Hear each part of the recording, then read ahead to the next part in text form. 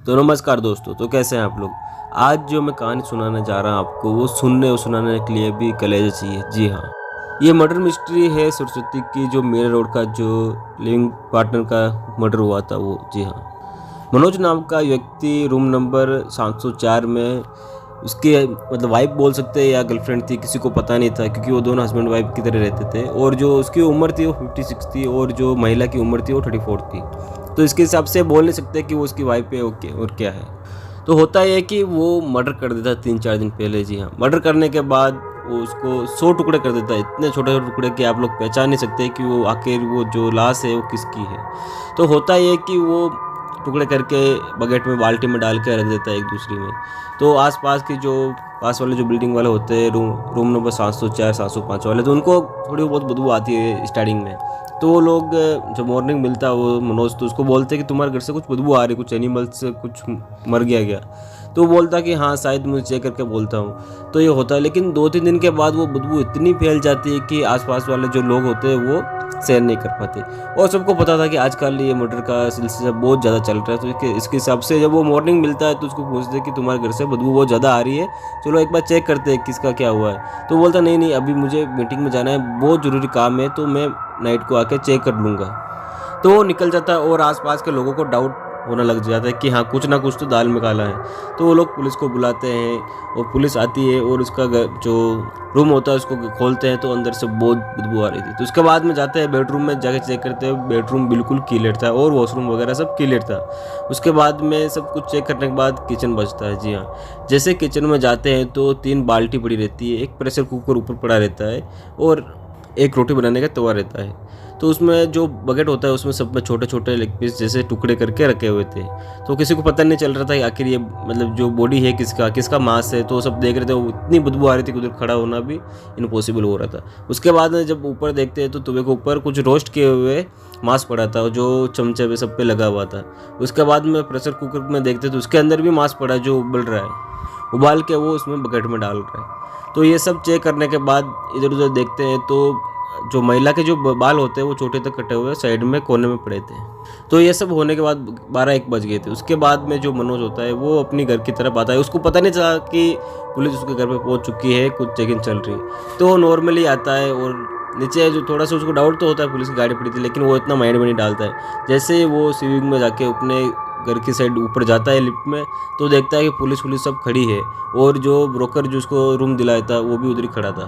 तो जैसे वो अपने फर्स्ट चैनल बंद करता है, सेकंड बंद करने लगता है, तो बोलता है, ब्रोकर होता है जो बोलता है कि हाँ मैं इनको ही रूम दिया था। तो जब सेकंड वाला जब बंद करता है तो पुलिस वाला उसको पकड़ लेता है। वहाँ पे पकड़ने के बाद उसको रूम के अंदर लेके आते हैं, बोलते कि आखिर ये हुआ क्या है। तो बोलता है कुछ नहीं, कुछ एनिमल जानवर है जो मर गया है, इसके लिए मैं इसको टुकड़े टुकड़े करके बाहर फेंकने के लिए जा रहा हूँ, ऐसी बात करता है। उसके बाद में आस पड़ोसी को पुलिस वाले घर से बाहर निकालते हैं और उसको घर के अंदर डाल के घर बंद करके पूछताछ करने के लिए बोलते हैं।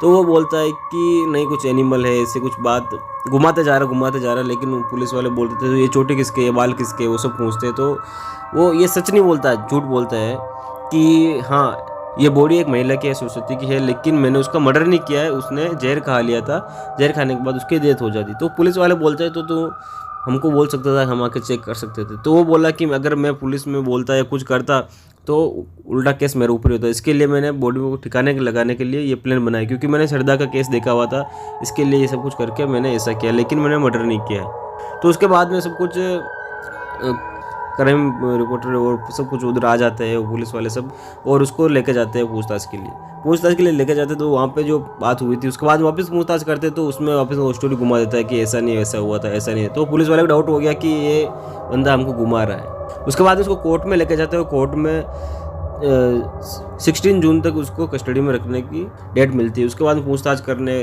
लगते। तो पूछताछ में वो पूरी स्टोरी बताते हैं, आखिर वो क्या हुआ क्या नहीं हुआ। तो वो बोलता है कि उसके माता पिता 15-20 साल पहले डेथ ऑफ हो गए थे। उसके बाद में वो मुंबई में बोरीवली में जॉब करने लगा और उसका खुद का फ्लैट था। तो 5000 रुपीज़ का कुछ किराना में जॉब करता था। जॉब करने के दौरान उसकी मुलाकात होती है सरस्वती से, जो वो टाइम पे वो 19 साल की थी।